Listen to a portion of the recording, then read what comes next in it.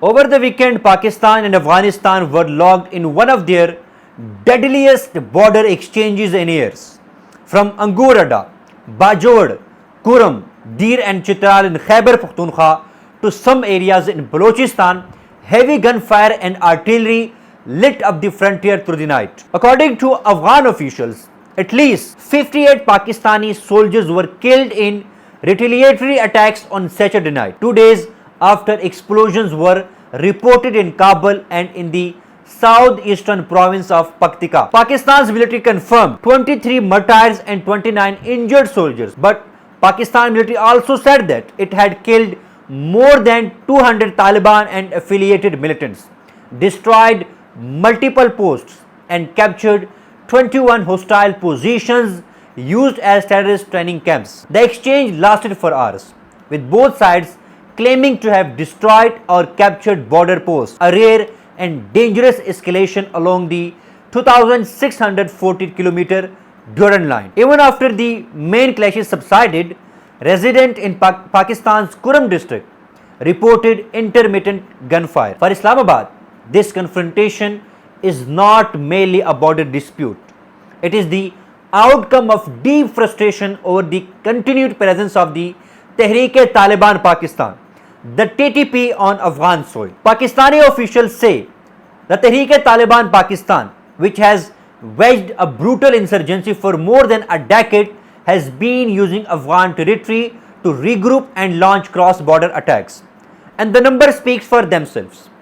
Over 2,400 fatalities recorded in Pakistan so far this year, making 2025 one of the deadliest years in recent memory. Thursday's explosion in Kabul and Paktika are believed to have triggered the chain of events. Afghanistan accused Pakistan of violating its sovereignty through cross-border airstrikes. Islamabad neither confirmed nor denied, but Pakistani security sources told Reuters the strikes targeted a top TTP leader traveling in a vehicle inside Kabul. To Pakistan, such strikes are part of its right to defend its citizens from militants who exploit safe havens across the line. Kabul, however, reject that claim. Taliban officials call the strike aggression and insist they acted only in retaliation. They claim to have captured 25 Pakistani posts, wounded 30 soldiers, and re-established control along what they describe as Afghanistan's official borders.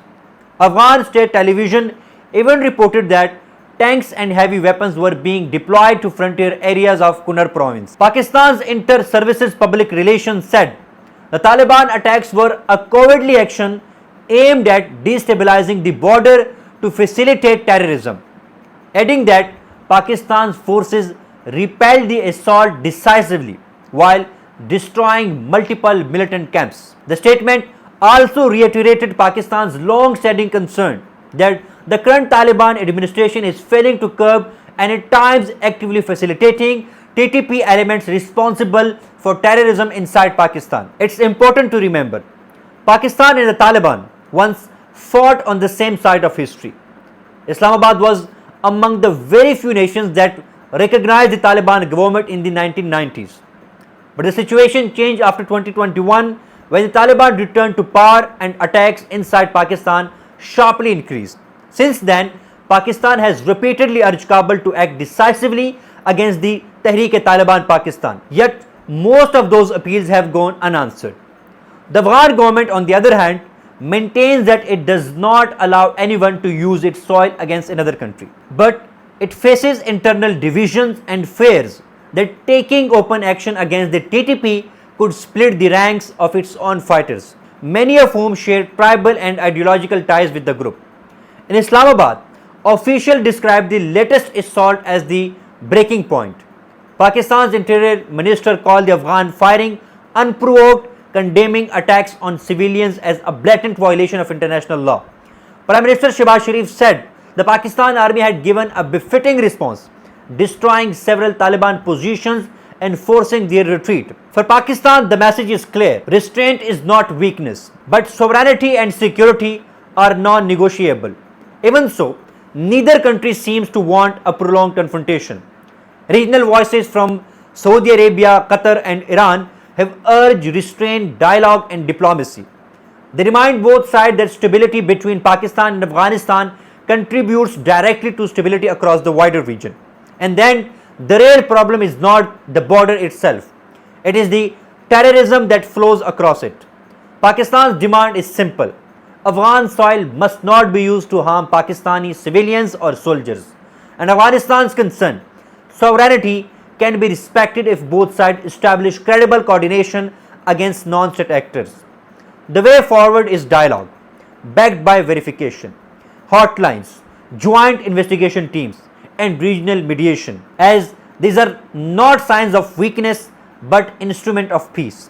Pakistan must keep its focus on counter-terrorism. Afghanistan must demonstrate sincerely through real action against the TTP, because despite the bitterness of the movement, Pakistan and Afghanistan are not enemies. They are neighbors, brother in faith and culture, bound by geography and destiny.